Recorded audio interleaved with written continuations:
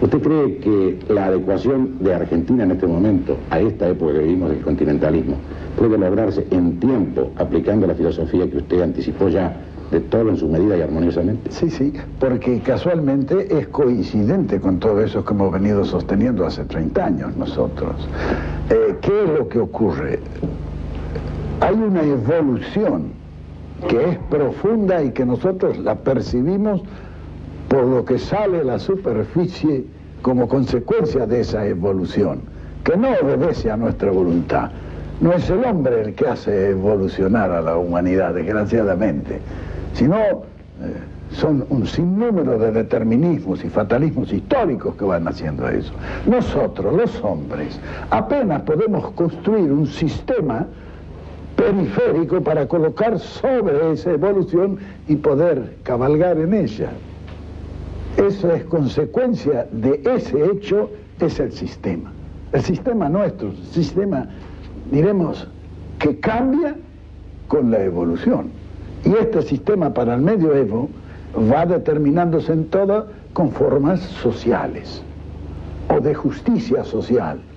Llámele socialismo y nosotros le llamamos justicialismo. Pero es todo un sistema que ya en Europa está en general desde Rusia internacional y dogmático hasta Dinamarca, que son monarquías socialistas. Ya el sistema está en ejecución en todas esas partes. No hay lugar en el mundo. Todo Medio Oriente son repúblicas socialistas. Toda el África se está estructurando sobre repúblicas socialistas, menos algunas que todavía resisten y que están con la oposición de todos, por cuestiones raciales o por cuestiones X. Ahora, en Estados Unidos hay mucha gente que ya piensa en esa necesidad. Y eso que es el baluarte del demoliberalismo que todavía queda en el mundo. Sin embargo, hay grandes fuerzas que están luchando por esto, sobre todo la juventud. Ahora, nosotros, si esto mismo lo hemos venido diciendo hace muchos años, porque hemos explicado también por qué es el cambio. El sistema demoliberal capitalista que funcionó durante el siglo XIX y XX es indudable que fue un sistema que a la ciencia y a la técnica avanzó más que en los 10 siglos precedentes.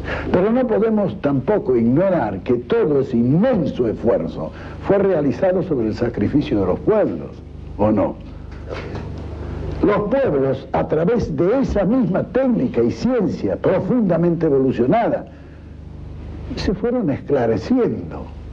Hoy un paisano metido en la selva está con su transistor escuchando lo que pasa en el mundo entero. Y eso ha ido esclareciendo a los pueblos. Hoy los pueblos esclarecidos no aceptan el sacrificio. Y si usted le impone el sacrificio, se rebelan. Es necesario conformar un nuevo sistema donde sea un esfuerzo mancomunado y donde la intensidad del esfuerzo y la capacidad para realizarlo esté justamente compensado.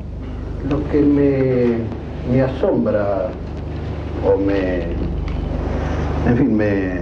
produce necesidad de preguntarle al menos, es su tan ilimitada confianza en que este sistema, que parece tan lógico a través del análisis de la historia, de la realidad contemporánea, de las experiencias que vemos en todo el mundo, como usted dice, de la tecnología y del desarrollo tecnológico, que este sistema que usted promoverá desde su gobierno y que considera lógico, necesario e imprescindible para el país, su optimismo respecto a la participación de los demás partidos, de los demás políticos. Es decir, usted revela como una especie de confianza ilimitada en que el estado de emergencia, así como la voz de la historia, impondrá que los dirigentes políticos argentinos reaccionen y admitan algo que no se admitió nunca en este país.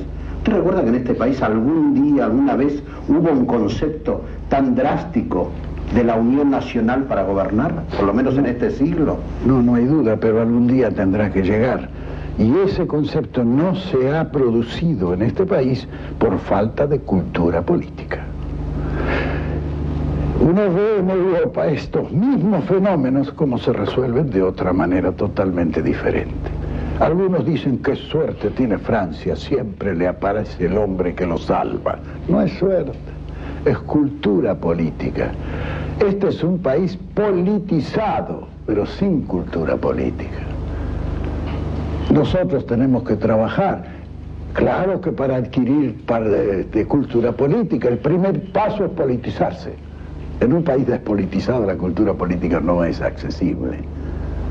Es decir, politizarlo. Y dentro de esa politización, ahora tenemos que trabajar intensamente para llegar a una cultura política que nos dé esa posibilidad. Por otra parte, este sistema es un sistema de emergencia que dura muy poco tiempo y en el que ya la mayor parte de los dirigentes políticos con quienes he conversado están de acuerdo.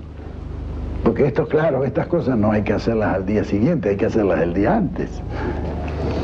General, yo quisiera, tomando la anterior pregunta de Villarroel, que se refería a su conocida idea sobre el continentalismo, usted tiene una frase que ha sido reiterada, en el sentido de que el año 2000 encontrará a América Latina unida o dominada.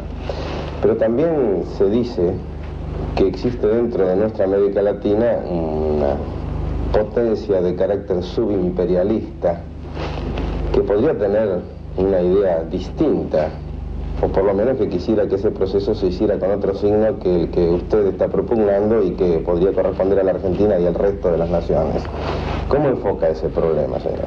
Bueno, yo creo, de esto nosotros tenemos un ejemplo, y vea, decía Napoleón, los ejemplos suelen explicarlo todo. En Europa, en 1958 se hace el Tratado de Roma. Al Tratado de Roma concurren los 6 países más interesados porque están en plena reorganización de posguerra.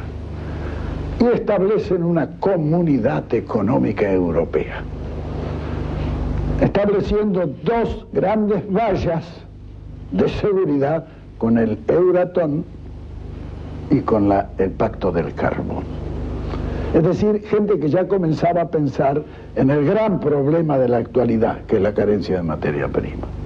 Y entonces iban asegurándose desde el vamos la materia prima, fundamental para ellos.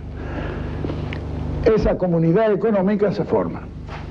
De afuera, un país ya, diremos, semi-imperialista, porque Inglaterra, después de Churchill, terminó con su imperio, que fue una de las grandes cosas que hizo Churchill. Ese servía de instrumento a otro imperialismo, que lo alentaba. Y a través de ese subimperialismo se fundó en Europa la Asociación de Libre Comercio, es decir, Asociación Europea de Libre Comercio. A esto le contestó la Comunidad Económica Europea con el Mercado Común Europeo. Cerró la frontera. Ese país que colocaba casi toda su producción industrial en Europa se quedó sin mercado, porque ya otros países no compran manufacturas, quieren fábricas. Ya los tontos se han acabado en el mundo y la mano de obra debe quedar. Entonces, ¿qué es lo que ocurre? Ese país comienza, en un día tuvo que nacionalizar toda la industria ante la amenaza del crack generalizado. Pero al hacer eso, la esterlina, que iba prendida a esa caída, empezó a caer también. Exacto, le dieron 2.000 millones de dólares para apuntalar la libra, se apuntaló, pero se apuntaló por un tiempo. Cuando pidieron la segunda, ya no era posible tanto. Entonces, ¿qué es lo que pasó? Los señores sacaron el sombrero, se fueron al mercado común y dijeron: no queremos saber nada del otro, queremos ser del mercado común. Piense que si nosotros hacemos una comunidad económica latinoamericana y después establecemos un mercado común latinoamericano, ese país a que usted se refiere, que está en un boom industrial muy grande, ¿a dónde va a colocar su producción? Que actualmente la está colocando casi toda en Latinoamérica. Claro, el ejemplo más de... Solo que está penetrando ya con... Sería el esquema del subimperialismo, el imperialismo... Natural, al final... Se sacará del sombrero...